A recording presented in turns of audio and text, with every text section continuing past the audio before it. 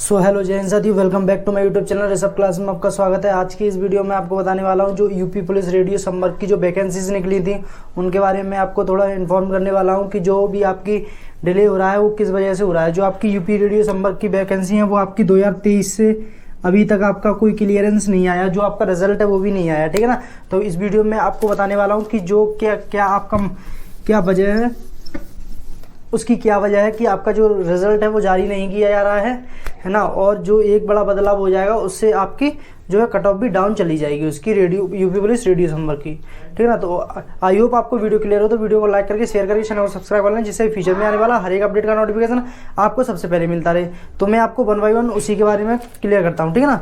जो आपका UP police radio संपर्क जो 2023 में जो वैकेंसी है उसका जो आपको मैं बताऊँ, उसमें जो हुआ है वो आपका कोर्ट केस और हो गया है, कोर्ट केस हो गया है। इसके वजह से जो आपकी वैकेंसी है वो आपको डिले देखने के लिए मिल रहा है। इस भर्ती में जो यूपी पुलिस रेडियो संपर्क की है उसमें आपको डिले देखने के लिए मिल रहा है, ठीक है ना। जो आपका डिले देखने के लिए मिल रहा है वो आपको हेड ऑपरेटर, यानी कि जो वैकेंसी है वो head operator and assistant operator and जो आपका कार्यशाला कर्मचारी की है, ठीक है ना। तो जो आपको डिले देखने को मिल रहा है वो आपको कोर्ट केस की वजह से देखने को मिल रहा है। और मैं आपको बताऊं जो आपका हेड ऑपरेटर है ना उसकी वजह से आपको सबसे ज़्यादा देखने के लिए मिल रहा है डिले। इसमें आपकी 2 क्वालिफिकेशन हो गई हैं, ठीक है ना। तो HO से आप समझ जाना हेड ऑपरेटर हो गया, ठीक है ना। हेड ऑपरेटर में जो आपकी जो टोटल ऑफ पोस्ट थी वो आपकी 936 पोस्ट थी। तो इसमें आपको जो 2 क्वालिफिकेशन देखने के लिए मिली वो क्या क्या है, वो आपकी एक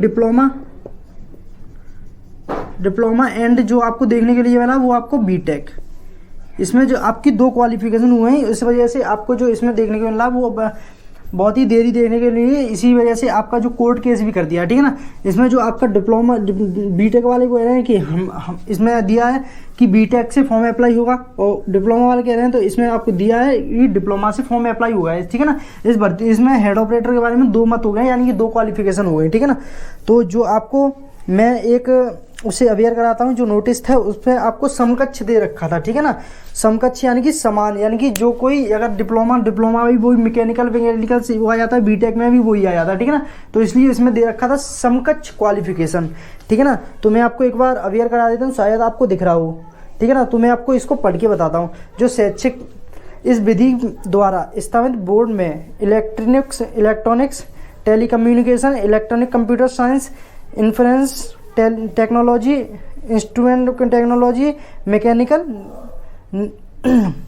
3 वर्षीय डिप्लोमा कोर्स अथवा सरकार द्वारा उसके समकक्ष मान्यता प्राप्त की गई परीक्षा उत्तीर्ण की हो, यानी कि उसके जो ये आपको दे रखा है, इलेक्ट्रॉनिक्स वगैरह दे रखा है, कंप्यूटर साइंस वगैरह दे रखा है, उसके समकक्ष आपने कोई भी समकक्ष शिक्षा उत्तीर्ण की है तो आप इसमें फॉर्म अप्लाई कर सकते हो, ठीक है ना। तो यहाँ से तो आपका जो क्वालिफिकेशन है वो आपकी बीटेक वाली भी फॉर्म अप्लाई कर सकते हैं और आपकी जो डिप्लोमा वाले हैं वो भी फॉर्म अप्लाई कर सकते हैं, ठीक है ना। इसमें ये दे रखा है।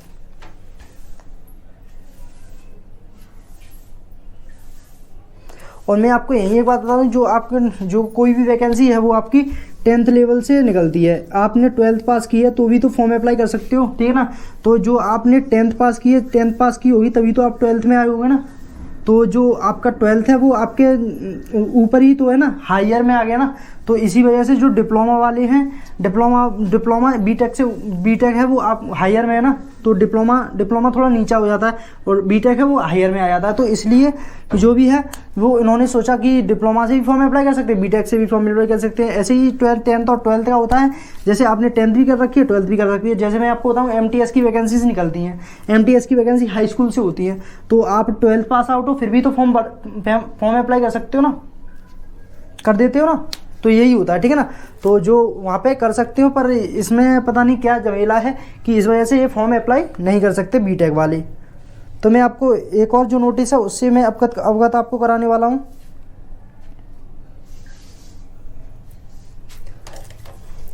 इसमें जो दूसरा नोटिस है वो मैं उस उक्त संबंध में अवगत कराना बोर्ड द्वारा गोष्ठी कार्यव्रत रेजुलेशन दिनांक 25/4/2024 प्रधान परिचालक यांत्रिक पद यानी शैक्षिक अर्हता अनुसार अभ्यर्थी को electronic communication, computer science and 4 वर्षीय डिग्री डिप्लोमा के उच्च स्तर पर आधार इन अभ्यर्थियों को उक्त पद हेतु आहरित किया जाएगा। यानी कि इसमें साफ साफ दे रखा है, जो आपका ये गोष्ठी दिनांक है जो 23/4/2024 है, तो इसमें आपको साफ साफ दे रखा है जो फॉर्म है वो आप डिप्लोमा वाले ही अप्लाई कर सकते हैं, डिप्लोमा वाले ही अप्लाई कर सकते हो। जो बीटेक वाले हैं उन्होंने जो आप जो चालान फीस जो भी कुछ हो वो उन्होंने जो खर्चा हुआ उनका वो सब व्यर्थ है। जो बीटेक वाले हैं वो फॉर्म अप्लाई नहीं कर सकते, जो डिप्लोमा किए हैं वही फॉर्म अप्लाई कर सकते हैं।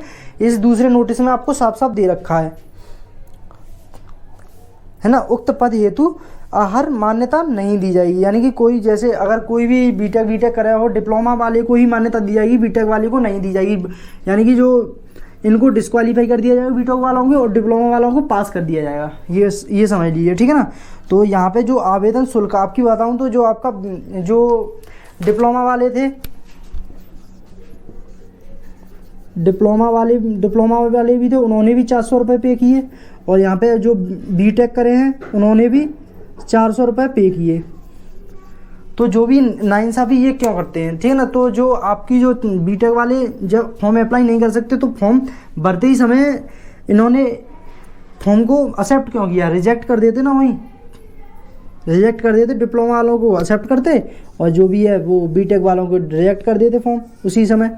तो उन्होंने ये नहीं किया। एग्ज़ाम भी हो गया, एग्ज़ाम के बाद अब ये चल रहा है, इसी वजह से आपका जो है वो भर्ती में बहुत ही ज़्यादा डिले हो रहा है, और आपका कोर्ट केस भी हो गया है इस भर्ती पे।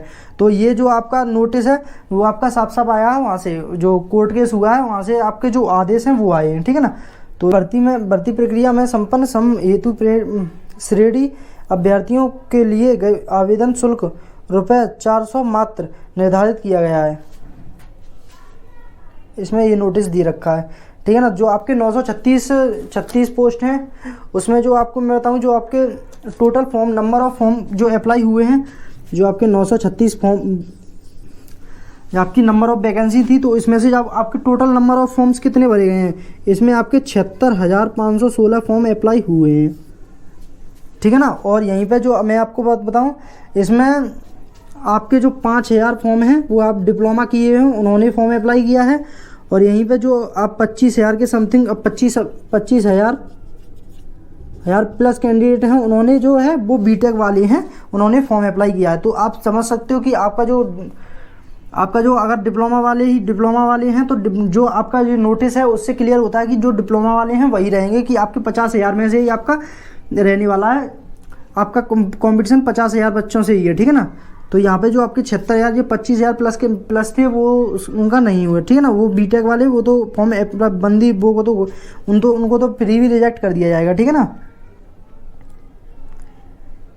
अब जो आप बचे हैं वो आपके हेड ऑपरेटर के ही बचे हैं। हेड ऑपरेटर के 50,000 प्लस 50,000 कैंडिडेट हैं, ठीक है ना।